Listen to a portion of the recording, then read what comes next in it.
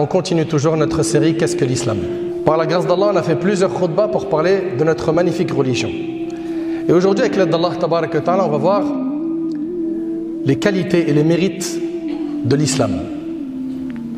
Et on vous demande d'être très attentifs, car vous allez voir que notre religion est sublime, elle est magnifique. C'est tout simplement un trésor, mais on n'en connaît pas assez sa valeur.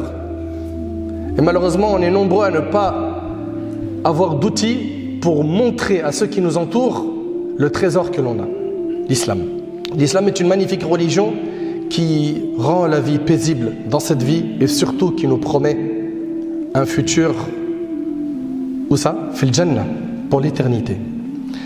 Une religion qui est magnifique et qui contient énormément de mérites. Et rapidement, rentrons dans les mérites de notre religion pour que chacun d'entre nous prenne conscience que cette religion est un vrai trésor et il faut faire le nécessaire. Pourquoi? Pour faire attention, protéger ton dîn et surtout d'en parler à tes proches, à ceux que tu aimes, leur exposer ce magnifique trésor.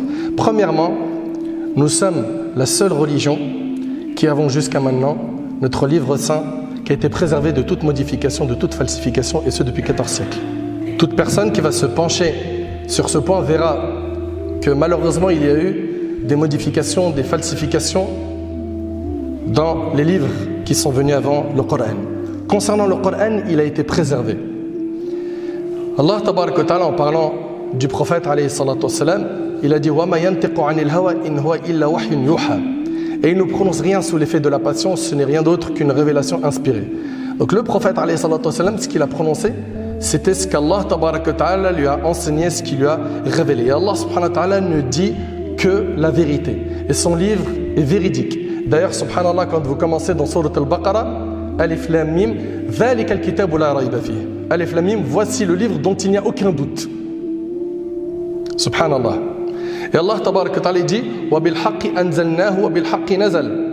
Et c'est en toute vérité que nous l'avons fait descendre, c'est-à-dire le Coran. Et avec la vérité, il est descendu.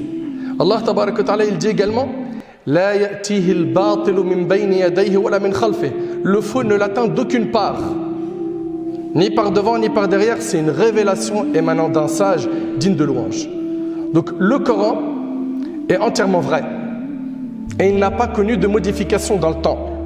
Dans le hadith rapporté par l'imam al-Bukhari, Abu Hurayra radiyallahu anhu, il rapporte que le prophète sallallahu alayhi wa sallam a dit chaque prophète a reçu des signes, donc des miracles, grâce auxquels les gens ont cru en lui. Moi, j'ai reçu la révélation divine qu'Allah m'a inspirée.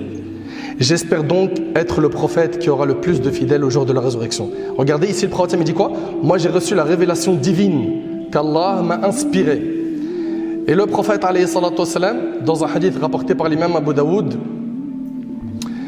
le compagnon était en train d'écrire et il a arrêté d'écrire. Ça, c'est à la fin du hadith. Il dit, je relatais cela au messager d'Allah sallallahu alayhi wa sallam. Il fait alors signe de son doigt vers sa bouche. Le prophète il a montré avec son doigt sa bouche et regardez ce qu'il a dit. Il a dit, écris, car par celui qui détient mon âme dans sa main, il ne sort d'elle que la vérité. Donc le prophète sallallahu alayhi wa sallam, il ne dit que la vérité. Pourquoi? Parce que tout ce qu'il dit, c'est une révélation de la part d'Allah Tabarak wa Ta'ala. Tout ce qu'il enseigne n'est quoi qu'une révélation de la part d'Allah. Et notre religion est véridique et notre religion n'a pas été touchée, n'a pas connu de falsification dans l'histoire. Deuxièmement, et ça c'est un point très important, notre religion est une religion de miséricorde. Allah Tabarak wa Ta'ala dit وَنَزَّلْنَا عَلَيْكَ الْكِتَابَ تِبْيَانًا لِكُلِّ شَيْءٍ وَهُدًى وَرَحْمَةً وَبُشْرًى لِلْمُسْلِمِينَ. Et nous avons fait descendre sur toi le livre comme un exposé explicite de toutes choses, ainsi qu'un guide, une grâce et une bonne annonce aux musulmans. Et Allah Tabarak wa Ta'ala dit وَلَقَدْ جِئْنَاهُمْ بِكِتَابٍ فَصَّلْنَاهُ عَلَى عِلْمٍ هُدًى وَرَحْمَةً لِقَوْمٍ يُؤْمِنُونَ.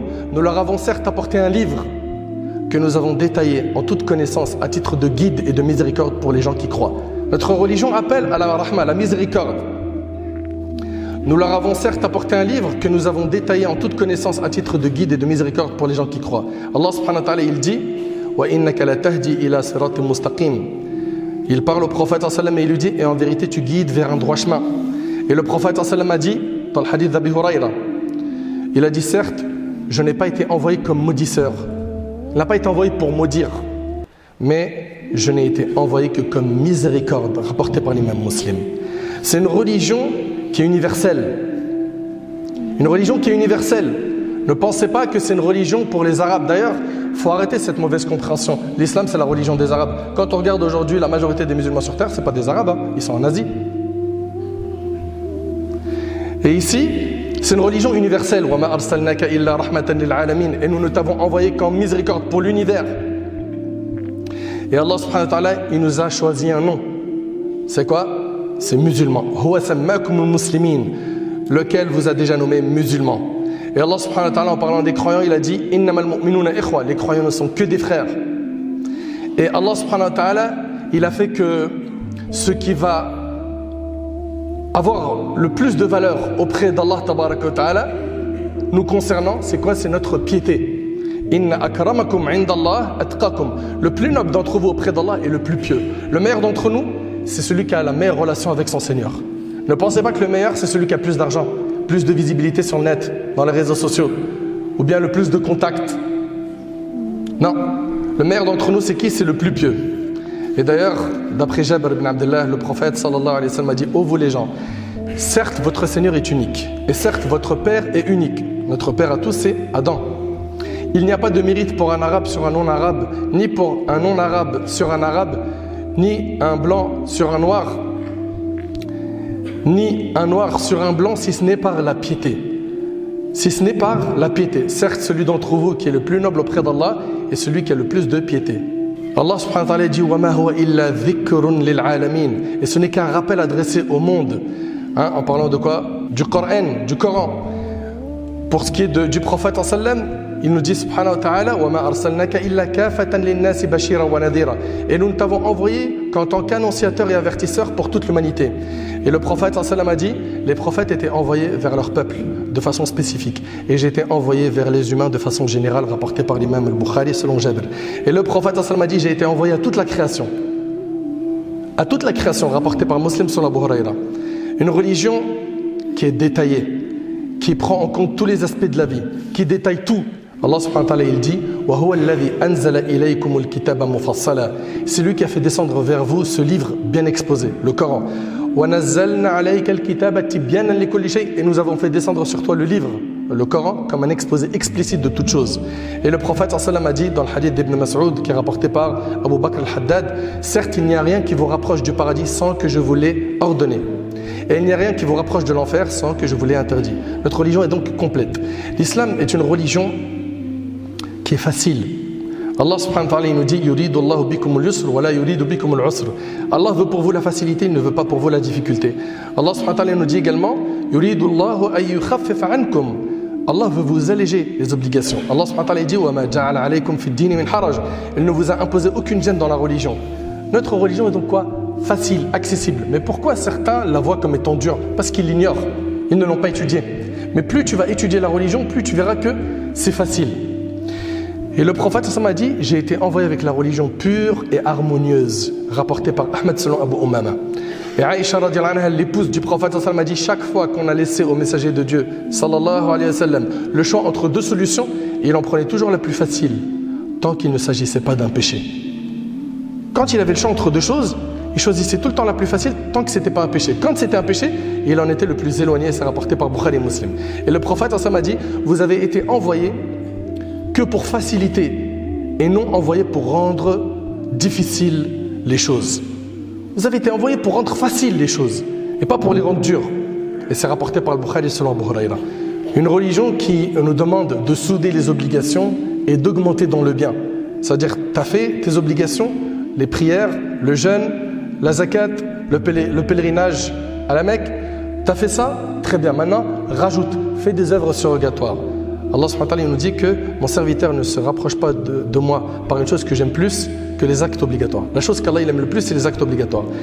Et il dit à la suite: mon serviteur ne cesse de se rapprocher de moi par les actes surrogatoires, donc qui ne sont pas obligatoires, jusqu'à ce que je l'aime. Notre religion est une religion qui est souple et qui ouvre plein de portes à toute personne qui est confrontée à une difficulté. Par exemple, si jamais tu meurs de faim et que dans l'endroit où tu te trouves, il n'y a rien d'autre à part de la viande qui n'est pas sacrifiée au nom de l'islam, tu as le droit d'en manger. Pourquoi? Parce que tu es dans un cas de nécessité. Écoutez attentivement s'il vous plaît. Écoutez bien, si jamais quelqu'un parmi nous se retrouve dans une nécessité, c'est-à-dire c'est soit il mange ça, soit il boit ça, ok, qui n'est pas licite pour lui, soit il risque de quoi? De mettre fin à sa vie. La religion te dit quoi? Te dit comme tu es contraint, tu as le droit de consommer cette nourriture ou cette boisson qui est licite, parce que tu es sous la contrainte, d'accord? Tu es dans la nécessité. Allah subhanahu wa ta'ala il nous dit إنما حرم عليكم الميتة والدم ولحم الخنزير وما أهل به لغير الله فمن اضطر غير باغ ولا عاد فلا إثم عليه إن الله غفور رحيم. Il vous interdit uniquement de consommer la bête morte, le sang, la viande de porc et les bêtes sur lesquelles on a invoqué autre qu'Allah. Celui qui se trouve contraint d'en consommer sans toutefois abuser, c'est-à-dire sans le vouloir, sans nécessité, ni transgresser, ne commet aucun péché. D'ailleurs, dans l'école de l'imam Malik, c'est quelqu'un qui est sous la contrainte et il va mourir de faim s'il ne mange pas de tel aliment qui n'est pas licite dans notre religion. Non seulement il a le droit d'en manger, mais il a même le droit de se rassasier et d'en prendre avec lui pour la route. On ne sait jamais s'il ne trouve pas quelque chose à manger un peu plus loin. Dès lors qu'il a autre chose de licite à manger, il doit abandonner ce qui est illicite.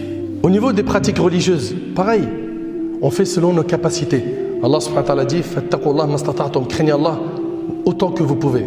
Allah subhanahu wa ta'ala a dit walillahi 'ala an-nasi hajjul bayti man istata'a ilayhi sabila. Et c'est un devoir envers Allah pour les gens qui ont les moyens d'aller faire le pèlerinage à la maison. Et un compagnon, il souffrait d'hémorroïdes. Il en a fait part au prophète sallam sur la manière de prier. Et le prophète sallam lui a dit prie debout.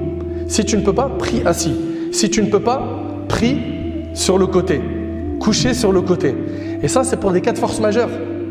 C'est-à-dire si quelqu'un il est malade et il n'arrive pas à prier debout, c'est arrivé peut-être pour certains parmi vous de sortir du bloc opératoire. Tu as fait une opération. Quand tu sors, tu es allongé, tu ne peux pas te mettre debout pour prier. Là, tu as le droit de prier en étant allongé. On voit en fait, subhanallah, que la religion, elle nous trouve tout le temps des solutions. Donc voilà, ici, tu pries debout si tu ne peux pas, tu pries assis si tu ne peux pas, tu pries couché. Le prophète sallam a dit, lorsque je vous interdis une chose, éloignez-vous-en. Et ce que je vous ordonne, accomplissez-le dans la mesure du possible. Notre religion, en voyage, elle va nous faciliter le voyage en réduisant les prières de 4 à 2. Il est recommandé de faire quoi? Qasr, c'est-à-dire de prier une prière qui est de 4 unités à 2 unités. Allah subhanahu wa ta'ala dit وَإِذَا ضَرَبْتُمْ فِي الْأَرْضِ فَلَيْسَ عَلَيْكُمْ جُنَاحٌ أَن تَقْصُرُوا مِنَ الصَّلَاةِ. Et quand vous parcourez la terre, ce n'est pas un péché pour vous de raccourcir la prière. Pour celui qui jeûne, si jamais il est touché par une maladie ou il est dans un voyage, Allah subhanahu wa ta'ala lui autorise de quoi? De manger, de ne pas jeûner et de rattraper ces jours-là plus tard. فَمَنْ كَانَ مِنْكُمْ مَرِيضًا أَوْ عَلَى سَفَرٍ فَعِدَّةٌ مِنْ أَيَّامٍ أُخَرَ. Quiconque d'entre vous est malade ou en voyage devra jeûner un nombre égal d'autres jours. Le prophète sallam a dit Allah ne tiendra pas compte des péchés de ma communauté qu'elle commettra par erreur, oubli ou sous la contrainte. Par miséricorde, Allah subhanahu wa ta'ala a pardonné à cette communauté l'erreur, c'est-à-dire les péchés commis involontairement.